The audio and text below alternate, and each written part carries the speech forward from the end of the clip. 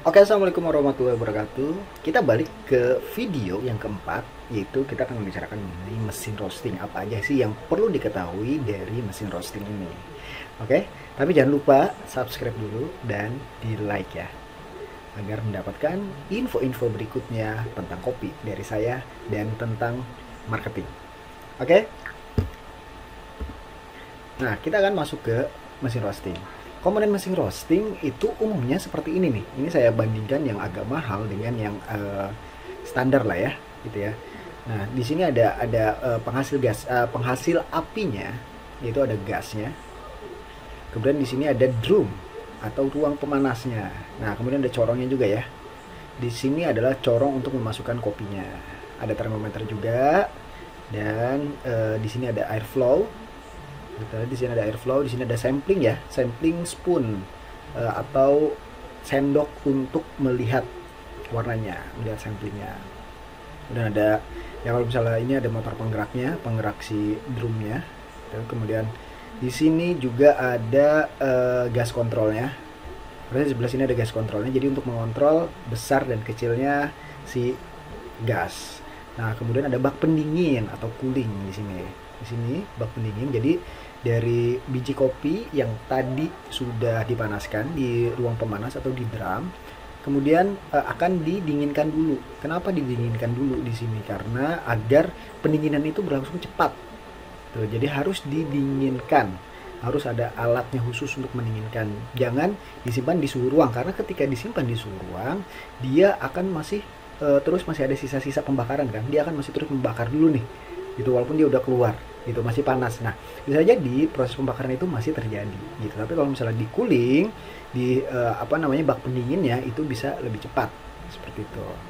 Oke, ini yang perlu diketahui sedikit. Nah, kita langsung masuk ke komponen-komponen apa aja sih yang penting nih ya. Yang pertama adalah drum atau tabung pemanasnya.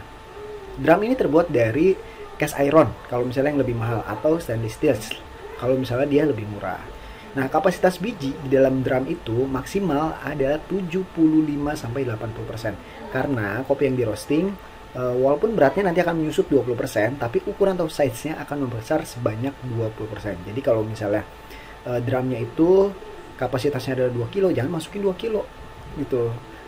Tapi masukin 80% dari 2 kilo tersebut. Nah, kecepatan drum setiap mesin roasting juga berbeda-beda. Kecepatan standar dari drum tersebut adalah untuk mesin roasting yang 1-5 kilo dibutuhkan kecepatan drum 60-65 rpm. Untuk 2-20, 6-20 kilo dibutuhkan kecepatan drum 50-55 rpm. Dan mesin roasting di atas lebih dari 20 kilo dibutuhkan kecepatan drum antara 40-45 rpm.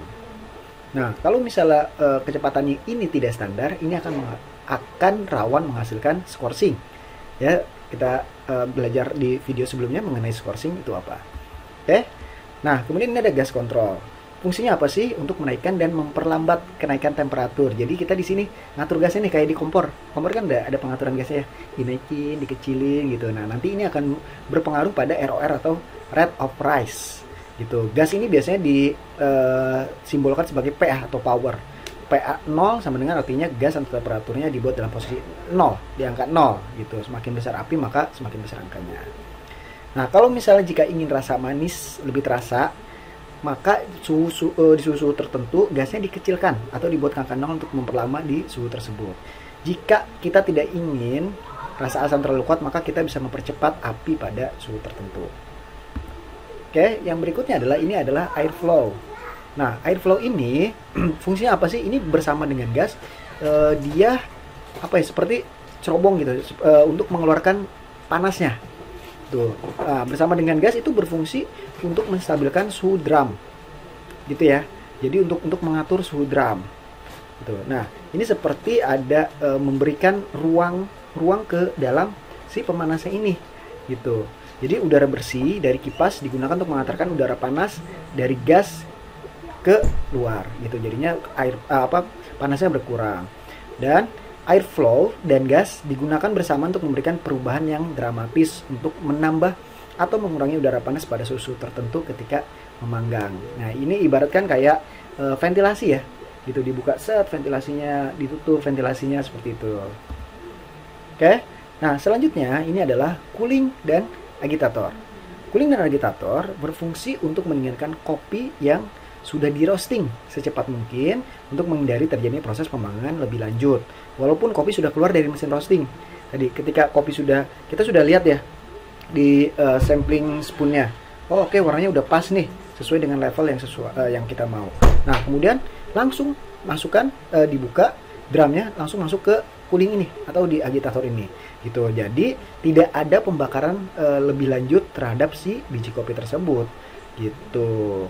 Jadi standar mendinginkan kopi setelah itu dimasukkan ke dalam cooling itu adalah selama 3-4 menit didinginkan, kemudian baru ibaratnya dimasukkan ke dalam bungkusnya gitu untuk mendapatkan hasil pendinginan yang lebih baik.